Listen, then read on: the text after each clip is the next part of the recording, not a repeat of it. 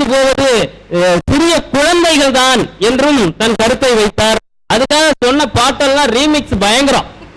அவங்க பாடின மாதிரிலாம் பாட முடியாது. எதுக்கெல்லாம் பயம், அப்பாவை பார்த்தா பயம், அம்மாவை பார்த்தா பயம் இருந்தத செல்போனை பார்த்தா பயம், இணையம் இல்லைன்னா பயங்கிற மாதிரி எல்லாத்தையும் எடுத்து தாறுமாறா ஒரு தெரிக்க விட்டுட்டு போயிட்டாங்க. உண்மையில் மிகச்சிறந்த பேச்சாக இருந்தது. நீங்க மட்டும்தான் ஸ்டாட்டிஸ்டிக்ஸ் காட்டுவீங்களா, நானும் ஸ்டாட்டிஸ்டிக்ஸ் காட்டுவேன்னு அந்த புள்ளி விவர அடிப்படையோடு அணிக்கு வலு சேர்த்து மிக அருமையாக பேசி அமர்ந்திருக்கிறார். இறுதி நேரம் 2 பேரும் நல்லா பேசிட்டாங்க. 8 பேரோட பேச்சையும் வச்சு தீர்ப்புக்கு வர வேண்டிய முக்கியமான இடத்துல நான் உட்கார்ந்தாச்சு. கிரிகாலன் சர்க்கஸ்ன்னு வடிவேல் வச்சிருப்பாப்ல, பார்த்திருப்பீங்க. அந்த கிரிகாலன் சர்க்கஸ்ல மேஜிக் பண்ணிட்டு இருப்பாரு. போன ஆளு திரும்பி வரமாட்டார். கீழே இருக்கிறவங்க அவரை பார்ப்பாரு, அவரு கீழே பார்ப்பாரு, எல்லாரும் பார்ப்பாங்க. அந்த கண்டிஷன்ல இப்ப நான் உட்கார்ந்துருக்கேன். என்னை நீங்க பார்க்க, உங்களை நான் பார்க்க, இந்த நேரத்துல எப்படி தீர்ப்பு கொடுக்கங்கிற அந்த இடத்துல நிக்கிறதுனால உண்மையிலேயே பேசிய கருத்துக்களை எல்லோருடைய கருத்துக்களையும் தெளிவாக எடுத்து வைத்துக் கொண்டு அதன் அடிப்படையில் தீர்ப்பை வழங்குவதற்கு இந்த நேரத்தில் நான் எழுதி வைத்திருக்கிறேன். உண்மையிலேயே ஐயா அவர்கள் பேசியது போல இணையம் என்பது நன்மையை தருகிறதா, தீமையை தருகிறதா? இணையத்தால் என்ன பயன்? இணையம் சமூகத்தில் என்ன மாற்றத்தை ஏற்படுத்தியது?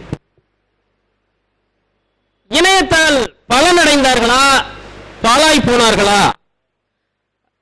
அதை பேசுவதற்கு முன்னால் இங்கு நாம் எல்லோரும் மெத்த படித்தவர்கள், நாம் இன்னும் பல மேடைகள் பேச இருக்கிறோம். எனவே பேச்சரங்கம், பட்டிமன்றம், பாட்டு மன்றம் அல்லது ஒரு பொது மேடைகளில் பேசுகிற போது ஒரே ஒரு விஷயத்தை மட்டும் நீங்கள் கையில் எடுத்துக் கொள்ளுங்கள், அரசியல் பேசாதீர்கள்.